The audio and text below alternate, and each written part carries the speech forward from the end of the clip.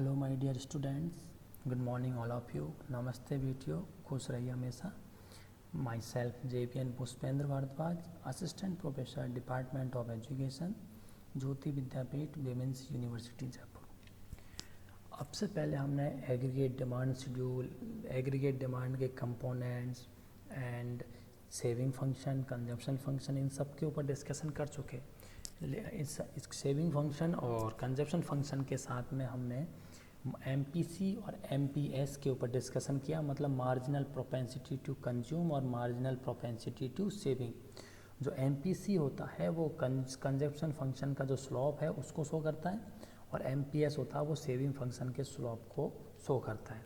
तो ये डिस्कस किए। तो बीच में एक बात आई थी APC और APS की, एवरेज प्रोपेंसिटी टू कंज्यूम और एवरेज प्रोपेंसिटी टू सेविंग, ये दो की बात नहीं की हुई थी।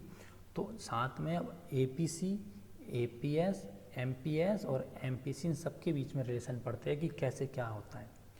तो average propensity to consume, first APC, it refers to the proportion of total income going to consumption expenditure.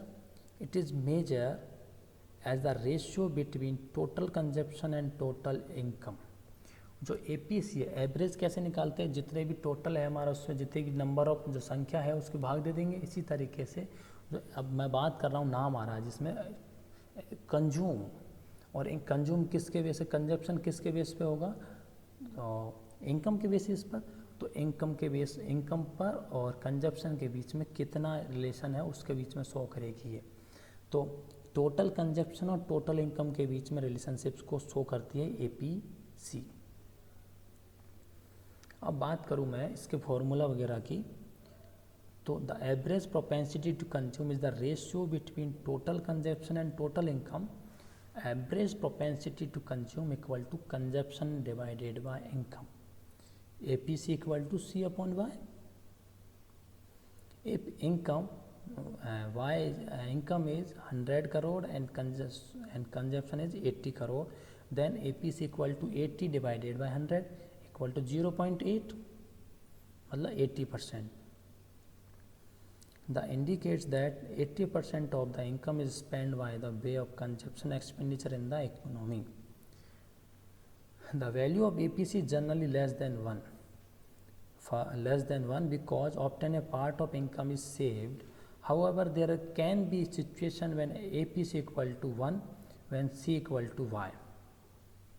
देखो, जनरली जो APC होता है वो एक से कम ही होता है, और केवल एक कंडीशन में APC इक्वल हो सकता है 1 के, जब कंजप्शन और इनकम होती है, जब दोनों इक्वल हो उसी कंडीशन में APC होगा, वो इक्वल टू 1 होगा, नहीं तो हमेशा एक से कम ही होगा, याद रखना ये बात। And APC greater than 1 when consumption ज़्यादा। अगर APC कब ज़्यादा हो सकता है, देखो कम हमेशा कम रहता, जनरली कम रहेगा, ठीक है, लेकिन इक्वल 1 के इक्वल एक से हमेशा जनरली कम रहता है। अगर तो 1 के इक्वल कब होगा, जब कंजप्शन प्लस इनकम दोनों इक्वल होंगे। और APC जब ग्रेटर देन 1 कैसे हो सकता है, जब कंजप्शन ज़्यादा होगा और इनकम कम होगी। ओके बच्चों, ये 3 बातें बताइए मैंने। C greater than Y, when CY equal to Y and when C less than Y। कैसे, इसको डायग्रामिक प्रेजेंटेशन देखे टेबल में। सिचुएशन 1, APC ग्रेटर देन 1, तो इनकम जो है 0 है और 20, कंजप्शन कितना है 20, और हमारा इनकम कितनी है 50 और कंजप्शन कितना 60। तो 60 डिवाइडेड बाय 50 करेंगे तो हमारा APC कितना आएगा, APC निकालने का फॉर्मूला C/Y। तो कंजप्शन कितना 60 डिवाइडेड अपन ने 50 किया तो कितना आएगा 1.2, तो 1 से ज़्यादा है, 0.2 ज़्यादा है, तो it means APC greater than 1।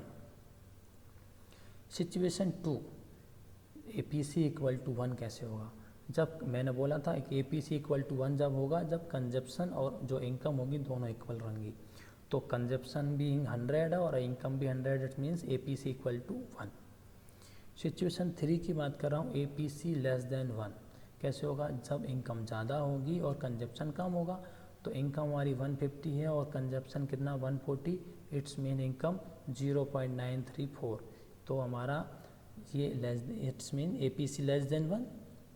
इसका डायग्रामेटिक प्रेजेंटेशन करें आप, फिगर नंबर 5 टेबल जब ई नोट्स देखेंगे तब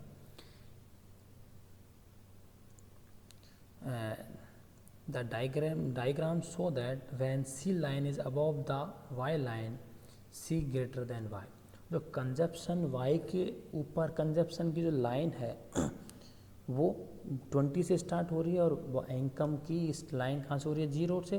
तो इसका मतलब सीधा मतलब हमारा जो लाइन है कर्व है सी कंजप्शन का वो Y से ऊपर है, Y के कर्व से, इट्स मीन कंजप्शन ज़्यादा है और इनकम कम है। और जब दोनों it's mean C greater than Y और C line below the Y line, C अगर कम लेस देन Y है, मतलब C का जो कर्व है वो Y के कर्व से नीचे, it's mean C less than Y, consumption कम है Y से इनकम से। And C line cross the Y line, C it's mean जब एक दूसरे को इंटरसेक्ट करते हैं ये Q नंबर के पॉइंट पर, जो T नंबर पॉइंट पे ज़्यादा है, Q नंबर के पॉइंट पर ये दोनों इक्वल हो जाएंगे। इट्स मीन्स कंजप्शन और इनकम दोनों C इक्वल टू Y है। ओके, इट्स मीन जो APC आएगा वो 1 आएगा और T पॉइंट पर क्या होगा APC ग्रेटर देन 1 होगा और C लेस देन Y है तो R नंबर के पॉइंट पर जो APC होगा लेस देन 1 होगा। तो ये बात हो गई है APC के। अब बात करें अपन MPC। APC की बात की, अब MPC को थोड़ा और डिटेल में बात करें तो देखो आपको मैं वैसे कहना चुका हूँ MPC it refers to the proportion of additional income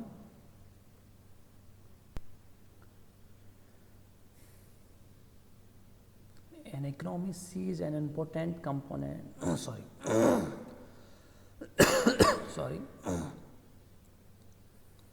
it refers to the proportion of additional income going to consumption expenditure. It is measured as the ratio between change in consumption delta C and change in Y means income। जो APC था वो income और consumption में relationship show कर रहा था। MPC है वो कंजप्शन और अपनी इनकम के बीच में शो करेगा। तो MPC equal to delta C upon delta Y। तो मैं ये एग्जांपल है 1 करोड़ रुपये है हमारी increase income and 1200 crore consumption. It increase from 8 crore to 90 crore. It mean the change of income 20 crore and change consumption 100 crore. तो कंजप्शन कितना है 100 करोड़ से चेंज हो रहा है और हमारा इनकम कितने से 200 से 200 से चेंज हो रही है। It's means 100 divided by 200 equal to 0.5। जो ये 0.5 आया हमारा MPC आया है। MPC can never be greater than 1। MPC कभी भी 1 से ज़्यादा नहीं होगी because MPC is proportion of additional unit of income and the proportion of the additional unit can never be greater than the additional unit itself। MPC हमेशा एक के additional unit का कंजप्शन चेंज हो रहा है, इस वजह से कभी भी 1 से ज़्यादा नहीं होगी हमारी ये। तो ये मैंने और ज़्यादा डिस्कस कर लिया, इसके ड्रामे की प्रेजेंटेशन भी दिखा दिया हमें MPC का। तो ठीक है बच्चों, अब हम बात करें propensity to save. Propensity to save refer to the proportion, बोला जो propensity to save means APC is referred to the proportion of total income that goes to saving. It is measured as the ratio between total saving and total income at a given level of income the economy। Total saving और total income के बीच में क्या APS होगा वो relationship show करता है S upon Y। APS equal to S upon Y 40 divided by 100 equal to 0.4। तो ये टेबल में दे रखा है, ग्राफ के रूप में दे रखा है, माइनस होगा अगर कंजप्शन 0 है हमारी इनकम 0 है, कंजप्शन 20 है तो इट मीन्स सेविंग 0 है। इनकम 0 होने की स्थिति में हमारी ये नेगेटिव होगी, ठीक है। और जब कंजप्शन और इनकम दोनों इक्वल होंगे तब ये 0 होगी हमारी जो सेविंग है, और जब इनकम ज़्यादा होगी कंजप्शन से, इट्स मीन्स सेविंग ग्रेटर ज़्यादा होगी, पॉजिटिव रहेगी। तो जो एमपीएस है वो एपीएस हो गया, रिलेशनशिप बिटवीन इनकम और सेविंग, सॉरी एपीसी था, ये तो मैंने एमपीसी को बताया। एपीसी के बाद में ग्रेटर देन 1 होगी, कभी भी लेस देन हमेशा 1 से कम रहेगी, ग्रेटर देन 1 कभी नहीं हो सकती। इसी तरीके से एपीएस है वो इनकम और सेविंग के बीच में रिलेशनशिप शो कर रही है, टोटल इनकम और टोटल सेविंग के बीच में। And APC is the value, APS is generally less than 1 because only a part of income is saved. APS the value of APC is the value of APS generally less than 1. APC की value और APS की value दोनों हमेशा 1 से कम रहेगी। The can be situation when APS 0 or even negative. APS is 0 when there is no saving out of income. APS 0 है, APS 0 है, it's means हमारे पास सेविंग कुछ भी नहीं है। And it is negative when C less greater than Y। अगर ये negative है तो C ग्रेटर देन Y, मतलब कंजप्शन ज़्यादा Y से ज़्यादा, इनकम से ज़्यादा है। ओके एंड ठीक है बच्चों, ये बात हो गई है अपनी। When savings positive but less than, when जब लेस इनकम हमारी जो इनकम होगी सेविंग से ज़्यादा, कंजप्शन से ज़्यादा होगी, तब हमारी जो एस होगी पॉजिटिव होगी और हमेशा वह इनकम से कम रहेगी। ये है एपीएस हमेशा लेस देन 1 रहेगा, एपीसी भी लेस देन 1 ही रहेगा। तो ये बात की हमने एपीसी और एपीएस की और एमपीसी की। अब बात करें हम MPS, marginal propensity to save. Margin propensity to save change बताता है delta, change in saving divided by change in income. MPS equal to delta S upon delta Y. तो एक एग्जांपल लूँ, अगर इनकम 100 करोड़ है और 200 करोड़ हो जाती है और सेविंग हमारी 20 करोड़ से 80 करोड़ हो जाती है, इट्स मीन इनकम में कितने चेंज हो रहा है, 100 से 200 हुई है, इट्स मीन्स 100 चेंज हो गया। और हमारी सेविंग 20 से 80 हो रही है, तो इट्स मीन चेंजेस कितना हुआ हमारी सेविंग में 60। तो 60 डिवाइडेड बाय 100 इक्वल टू 0.6, कभी भी ज़्यादा नहीं होगी 0.6। ये बात हो गई है एमपीएस की। MPS equal to delta Y upon delta S upon delta Y. तो ये सब डिस्कस किया हमने आज, एपीसी, एमपीसी, एपीएस, एमपीएस के ऊपर डिस्कशन किया। नेक्स्ट क्लास में नेक्स्ट टॉपिक साथ मिलेंगे बच्चों। Thank you, thanks a lot, enjoy your day.